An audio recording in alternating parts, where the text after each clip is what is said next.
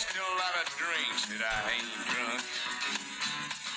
Lots of pretty thoughts that I ain't fucked. Oh yeah, Lord, there's still so many lonely girls in this best of all possible worlds.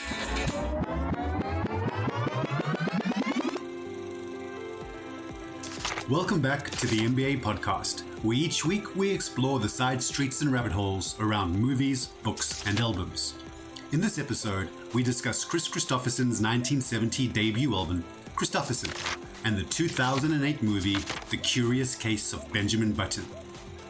This episode leaves one asking themselves, how many times is too many times to mention how handsome Brad Pitt is? Enjoy the podcast.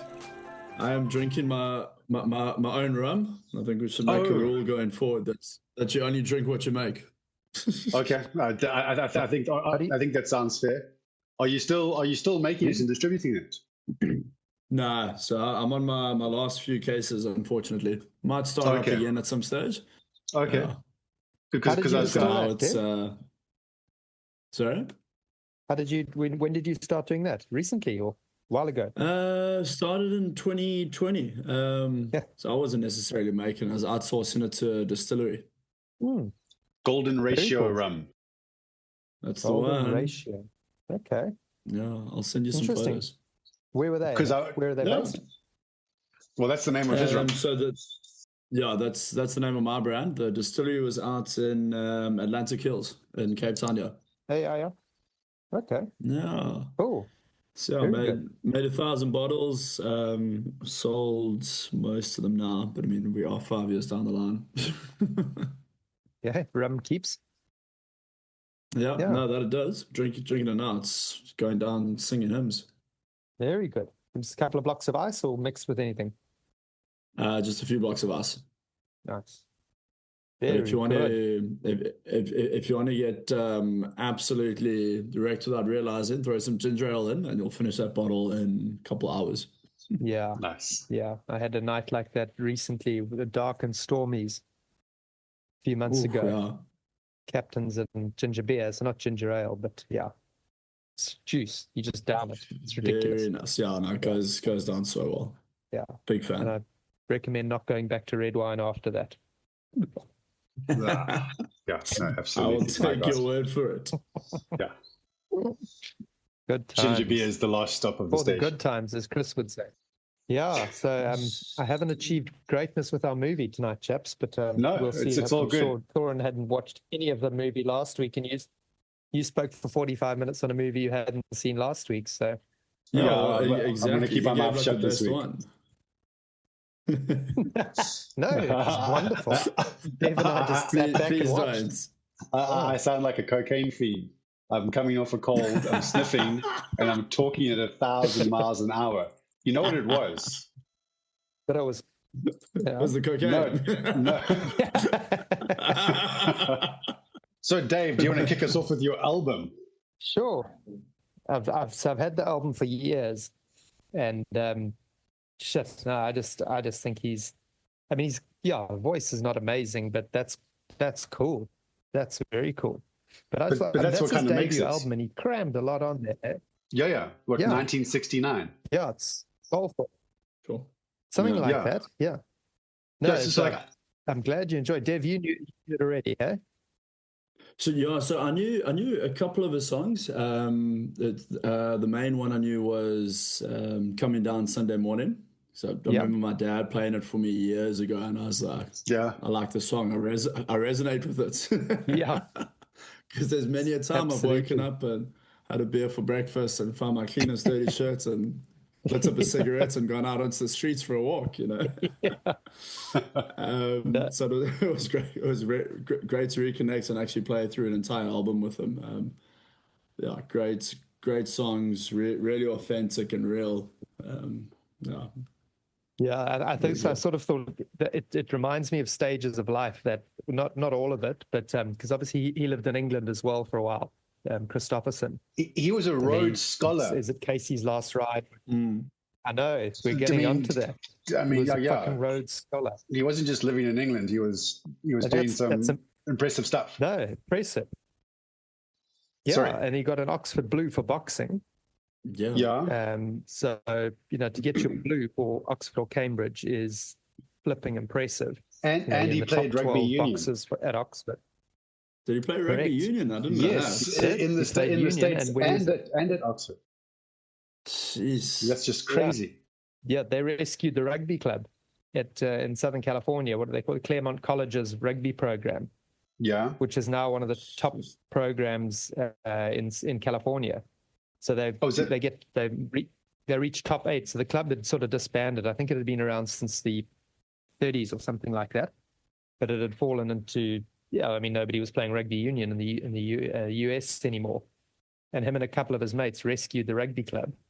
And there's been a big resurgence of rugby union in the States. And the Claremont College's side is now in the top 8 basically every year. Not every year, but they're frequently in the top 8 of all the California rugby clubs. So is this something he's done in later life that he's gone in? Is this like a welcome to Rick kind of story? Or was it when? Oh, so this is the 60s and the 70s he was doing this. Oh, yeah, wow. him and his mates were at varsity and thought, no, that looks... And also, it's such a random sport to play. He's a Texan. He should be football. Yeah. But I think he just wanted to do something. What's harder than football? Rugby looks tough. Let's try that. Yeah, no, absolutely. Then he joins the army and he goes, "Oh, that's not hard enough. I want to become a ranger." So he becomes a ranger. Well, I think that's after Oxford. But yeah, man, incredible dude. Yeah, incredibly accomplished. He's had a very storied life. Sure. But I can't find the biography yet. They were asking him about his biography in an interview, and I don't think he got round. He started it, but his memory was going already. So I don't know if he ever wrote an autobiography. Oh, I'm man. hoping there's something out there. Yeah. There must be pieces of it. You'd hope so, hey? Little scatterings along the way. Yeah. Or even just a collection of stories from the other outlaw country guys. But no, amazing. I was just going to say that because until you scratch deeper, like when you start reading like the superficial biography, the stories are all like struggling songwriter, some alcohol problems with work, and he flies, ferries people on a helicopter for work. So being a helicopter pilot's pretty skilled and qualified. But it kind of creates this narrative of he was working these different jobs and he did these kind of low-paying, low-status jobs while he was trying to break into the scene. But then when you kind of pull back the veil a bit more and you kind of see he's not coming from a life of struggle necessarily, not to take anything away from him, but he's coming from some significant accomplishment before getting into that. Yeah, no, bright kid. No, he wasn't sort of on the streets or anything like that. No. I think his father ended up a general in the army, if I remember correctly. Yeah, I want to chat about Lieutenant General. Yeah, but I'll chat about that a bit later. Okay, I'm excited. Is it linked back to Paddington? But shoot now. No. I've got nothing more on that. I just, so Army brat. That's obviously where you got access to the bloody helicopter that he landed on Johnny Cash's lawn. Yeah. Was from when he was in the army. From the... I think it was there, or he was ferrying, as you said, he was ferrying guys offshore to... Yeah, he was working for an oil company. Well, so that was his job. So he would fly the helicopters, and then on the weekend he would be in Nashville trying to sell his songs. Because I never realized he wanted to be a songwriter and or a novelist. Originally a novelist, and then a songwriter. Yes. And so, like as Dave told us when he suggested this album, some of his songs were made famous by other singers beforehand because he was selling songs, which is very interesting. And then he ends up in a position where he's now singing his own songs that are being performed by the people who've bought them. So that is very interesting, because he even said he'd rather be the Hank Williams of literature than the Hemingway of country music. Oh, really? Okay. That's a great quote. Fair enough. Like that. And Hank Williams, obviously a famous singer-songwriter. Yeah, amazing. That's cool. That's topsy-turvy. Yeah. Now we have to listen to Hank Williams. Process what that actually means. Yeah, no, you're not quite sure who he's insulting there. Yeah. Was he insulting both? Yeah, it could be. Yeah. I'm guessing he said that after Hemingway was dead, because Hemingway would have murdered him would himself imagine, if he wasn't quite Yeah, sure. Would have put some sugar in his helicopter. Kristofferson's tough, but he's not Hemingway. Yeah. He's not He's not Hemingway. Tough. Hemingway. No. Yeah, Hemingway fought in a couple of wars. Kristofferson Yeah. didn't. Like you were saying in the beginning, like his voice is like raw and unpolished, and it's his own authentic thing. If he was to go on X Factor or something, he would be just kind of mocked and thrown out. But that real talent and the depth is there. And there's that one line in the movie where the old lady's teaching Benjamin to play the piano, and it really links nicely to old Kristofferson, and even last week's musician and the other ones we've compared him to, was that it doesn't matter how well you play, but it's about how much you feel while you playing. And I think, that's what comes through in Kristofferson's thing, especially like with his quotes. He himself thinks he sounds like a frog, and like it was never the intention to be given the opportunity to actually make his own album. Yeah. But you can see his his intelligence and his poetry come through in his lyrics and his songwriting and his storytelling. I mean, it's beautiful. I think he quotes Keats and Blake a few times as well in a few of his songs. Okay. I didn't pick that up. Like, I don't think it was in anyone's in this album, but I think there are one or two songs where he does quote them. Okay. Well, he does. He does the best of all possible worlds. That's a theory of German philosopher Leibniz. That's from 1710 or something. 1710 to 1740 or something like that. His theory is effectively. Hang on, let me just make sure I'm getting this right. But this isn't all a mistake, basically. Okay. That it's God must have created this is his basic idea on it all, because it's, how does he say it? It's impossible. God has obviously created this. It's too perfect, and this is the best of all the possible worlds. So he's sort of saying there are other worlds out there, but this is the best of all possible worlds. God couldn't have created anything better than what we're living in. Must have been a very flipping peaceful time. I must go re-listen to it with that kind of reference, with that kind of frame. No, well, I mean, because I just looked. I said, I'm sure I've heard that. Where did he come up with the best of all possible worlds? And I thought I'd heard it, and I didn't study philosophy or anything, but maybe I just read it somewhere along the way. Yeah. But that is one of my favorite tracks. That's got to have my favorite lyrics in there out of the whole album. Still, what is he? Still a lot of drinks that I ain't drunk. Lots of pretty thoughts that I ain't thunk. Yes. I love that line. Yeah. Lord, there's still so many lonely girls.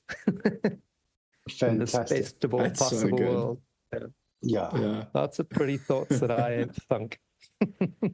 The whole album is, there's definitely things that you can hear his experiences of the UK. So he's talking about the guy going on the underground, Casey's last ride, and his sipping his bitter.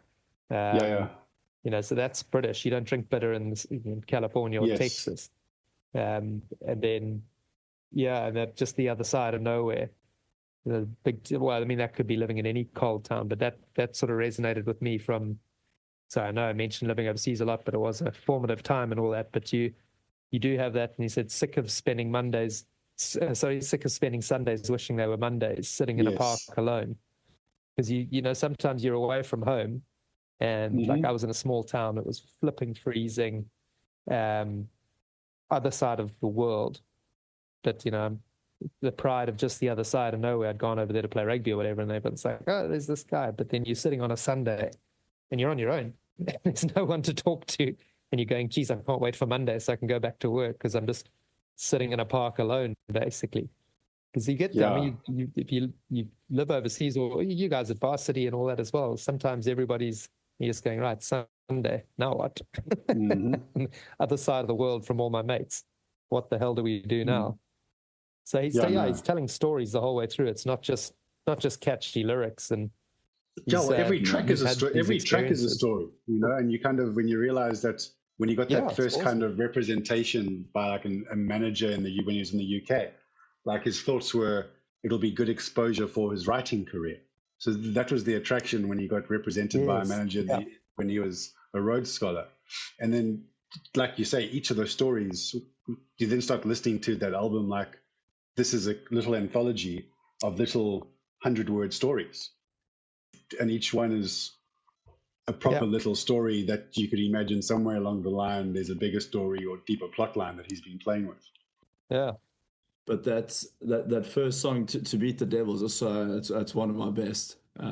Yeah, and then, it's a beauty. and his line at the end is, "I ain't saying I beat the devil, but I drank his beer for free." Yeah.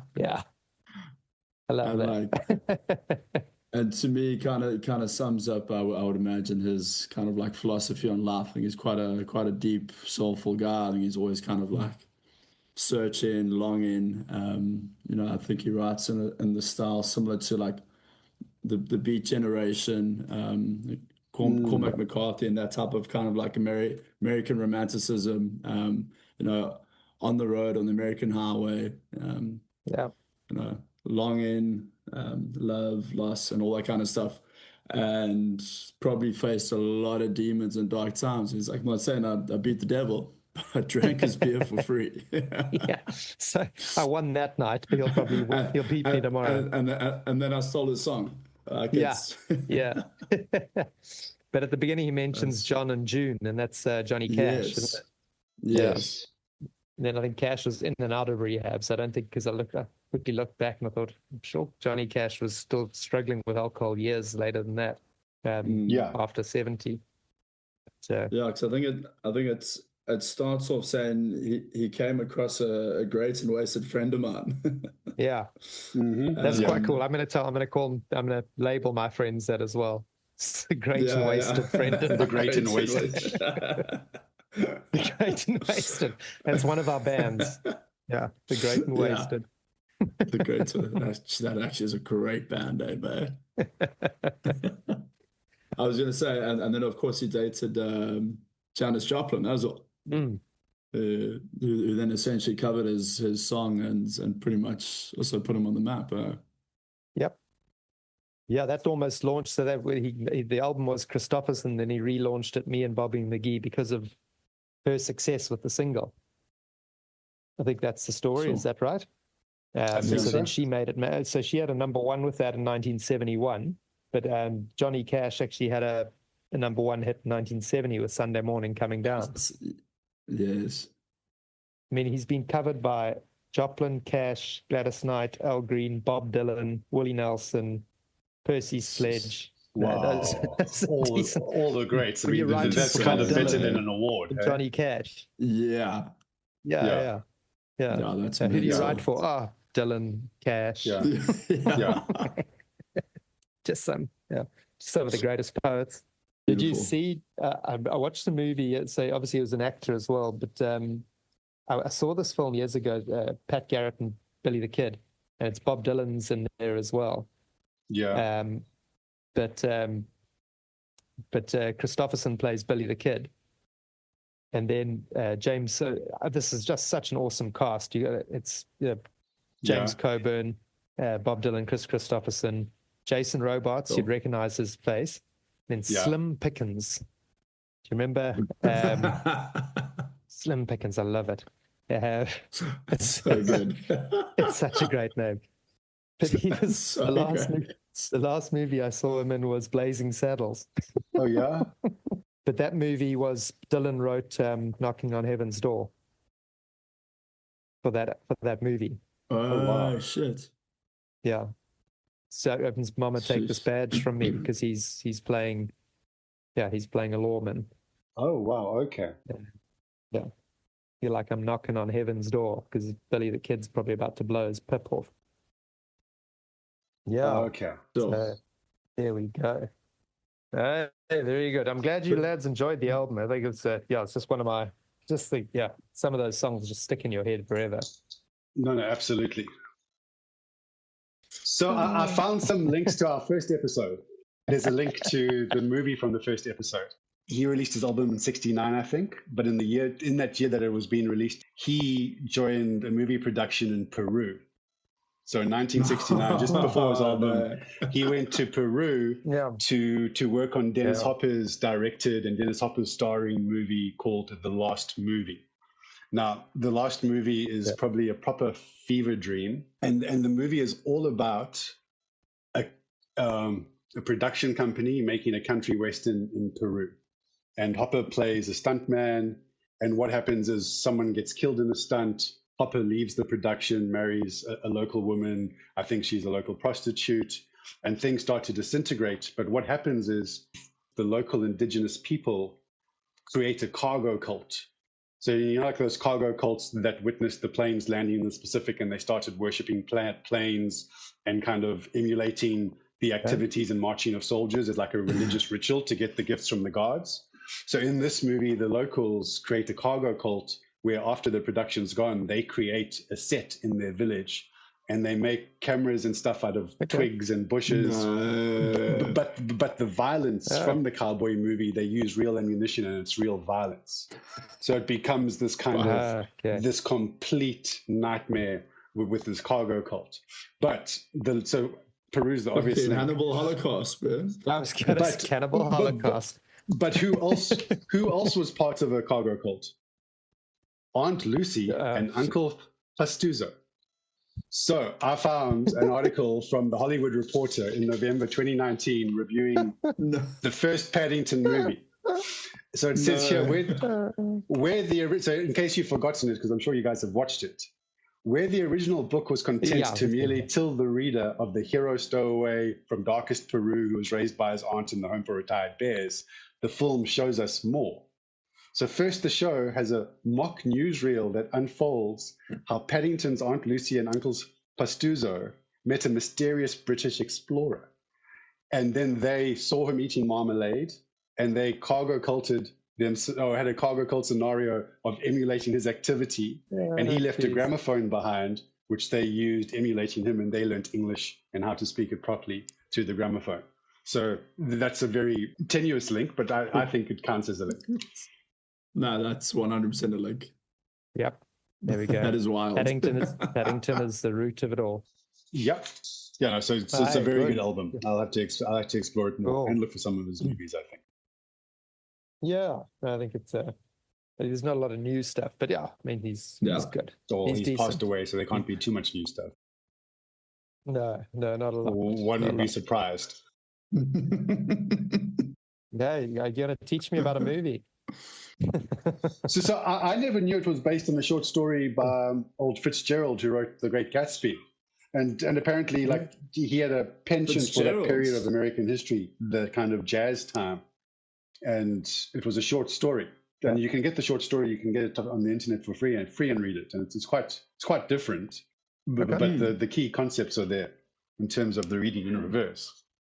I think he initially sent it to one of the, I don't know if it was the New York Times or someone like that, and they actually rejected it, and he sent it to some other newspaper establishments at the time called Colliers or Couriers or whatever it was, and they published it, and then it became famous. But I think initially it was rejected as a short story from one of the big news outlets. Yeah, it's just being too kind of bizarre. Yeah, because it's got that kind of magical realism, but it also reminded me, it's got the same feeling as when you watch Meet Joe Black, the other Brad Pitt movie, when he plays Death, who's taking a vacation as a living being. Brad Pitt had that nice run of movies which had that magical kind of realism going through them, and really enjoyable. Yeah. Same sort of era, isn't it? Joe Black was early 2000s. Benjamin was, I think it was 2008. That was great. Also very, very different from David Fincher's general dark thriller kind of stuff. I don't know much of his other stuff. He did Seven, he did Zodiac. Oh, really? Okay. Yeah, he did Fight Club. So he's worked with Brad Pitt before. Oh, jeepers, yeah. Oh, yeah, geez, he did Gone Girl. Okay. Yeah, he's also done the Game, which is when I was younger, is one of my best films. Michael Douglas. So I mean, David Fincher's, yeah. Okay, I remember watching that. Okay. No, the man is a seasoned veteran when it comes to movies. Not the Game that was around Western Michael Province Douglas. Rugby. That was in the 80s. no, not that one. No, that was great. Gavin Hood was the star. Is it Gavin Hood? And he directed what's the alien movie set in Soweto? Oh, okay, yeah, the District 9. District 9.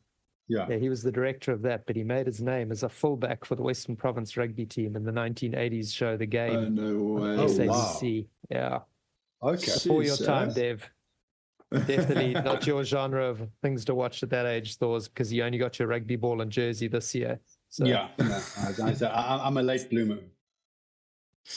yeah. About 35 years before you peaked in your rugby career. Yeah. I'm just very impressed to have a rugby ball and a rugby jersey. Thank you. I'm just turning over new leaves. All these things I've missed out in the first 40 odd years of my life. But so Fincher had obviously worked with Brad Pitt before, and he was like, if I'm going to make a movie about an old guy from 90 all the way down to 19 who's going to look timeless no matter what fucking direction time goes in, who am I going to pick? Yeah. He picks Brad Pitt. I mean, like, if you want a movie about somebody aging in reverse, can you be a little bit more realistic, possibly, you know? Like, let's take Brendan Fraser in The Whale, and then starting off fat, which then I could understand the mother dying of at childbirth as well, giving birth to something like that. And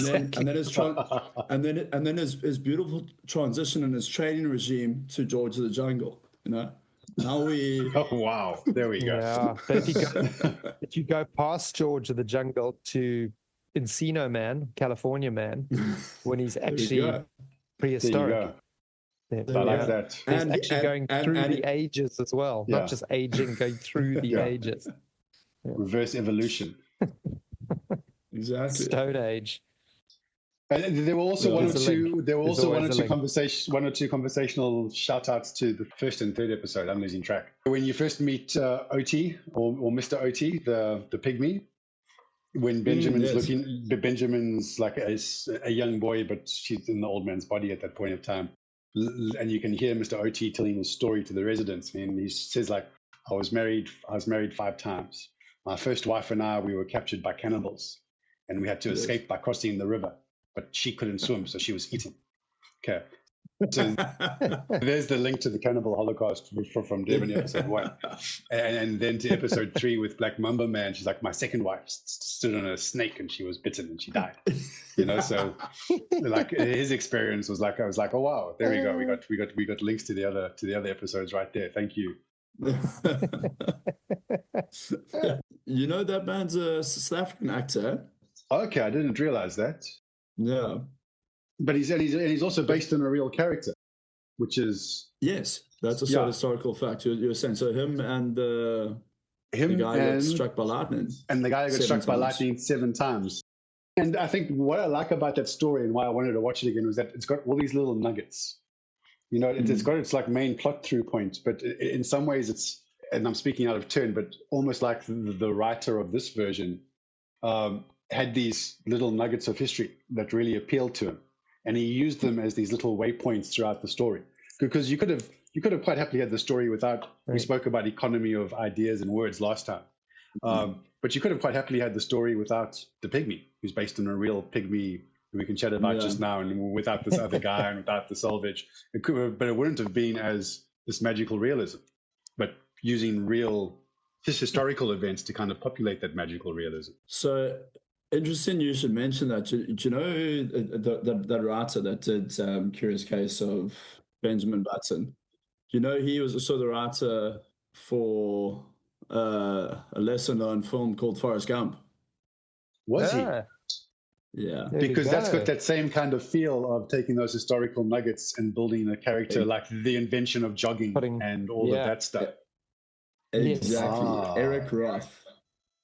Okay. What else has he been involved in, Dev?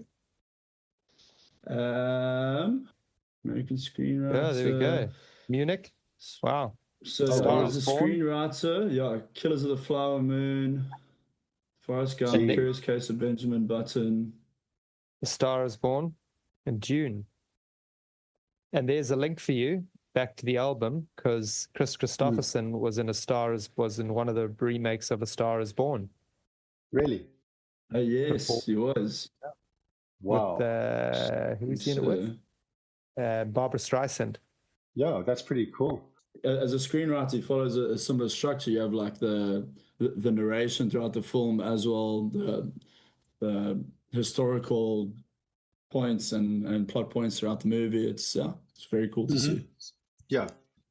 On that note, though, one of the best characters in Curious Case of Benjamin Button for me was the tugboat captain. He was great, Captain Mark. Captain Mark, and they ended up in flipping World War II, and like they can plow down a submarine with Captain Mark at the helm. But jeez, what a beautiful man, eh? I think he kind of like, which is weird in a way, mentored this old man. Which, yes, I mean, he must have been like what 20 at the time, like in age, but he looked like about 60, and he was like, "Who is this old motherfucker?" Yeah, took him onto the tugboat, and naive. Took him to a brothel, took him drinking, and then and I loved his story about the hummingbird, and he kind of saw that throughout the movie. Yeah. And that drunken speech he's giving to the Russians when they're in the port of Minsk around the wings flap in a figure of 8, and the figure of 8 is eternity. You know, it's like if you're reading the book in high school English, your teacher would say, underline that sentence, because he's kind of, in that scene, he's almost unpacking some of the themes of the movie with this agelessness and things coming and going. No, he was a great character, and I really loved those scenes. Those scenes were also like so enjoyable because they just took you out of Louisiana and put you into this global stage of adventure and kind of just crazy stuff. And I kind of looked at the name of the ship and the company, and the company is a real company. It still exists today. The Morin, what's it called? Brow Tug and Salvage Company. It was a real company from the late 1800s. It was operating salvage in World War II because obviously you wanted to keep ports clear, and any bits of sinking metal were valuable resources. And the boat, the Chelsea, was a real tugboat. So half of it was on a real tugboat called the Chelsea, and the other half was CGI. And it only sank in 2006. So I don't think the Chelsea was in World War. The Chelsea I don't think was in World War II, but it was a real tugboat that they filmed on in location, which is pretty cool, I think. That is pretty fucking cool. Yeah. Yes, that's incredible. Along with Captain Mike, when he walks, does Captain Mike take him to the brothel? Yes. And when they walk out the brothel, because Captain Mike thinks he's taking an old man who's a virgin, not knowing that the guy's probably 15 or 14 or even younger at the time. And Brad Pitt drops that wonderful line when he walks out the brothel with that silly first-time smile on his face, and he says, "One thing about the brothel, it certainly makes you appreciate the value of earning a living." You know, because he's got cash to. He's never had to worry about money before, but now he's found something that money is actually he sees a value in. I thought that was awesome. That was brilliant. Jeez. and then he goes to the lady. He's like, "Will you be here tomorrow?" every night but Sunday. Yeah. I'll watch it one day. Yeah, your list is growing. But so is mine. I mean, I've got to watch the whale. You've got to watch Benjamin Button. So maybe I'll watch the whale in reverse and pretend it's Benjamin Button. Then it's going to finish off with George the Jungle and all his pride. Yeah. No, absolutely not. I'm not you're going to finish with him then. Right now. No, exactly. Then you're going to finish with him. You finish with him. That's why I'm not going down that rabbit hole right now. No. No. Yeah. If a missionary arrives, you know what's about to happen. Yeah. There's no pygmies here, sir.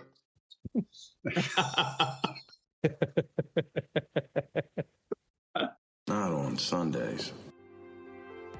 Well, that's all for this week. Thank you for listening. We hope to see you next time. But be sure to do your makeup, tighten your corset, and pack a parachute as we discuss the 1975 cult classic, The Rocky Horror Picture Show, and the 1943 novella, The Little Prince. Until next time. Sleep with me. Absolutely.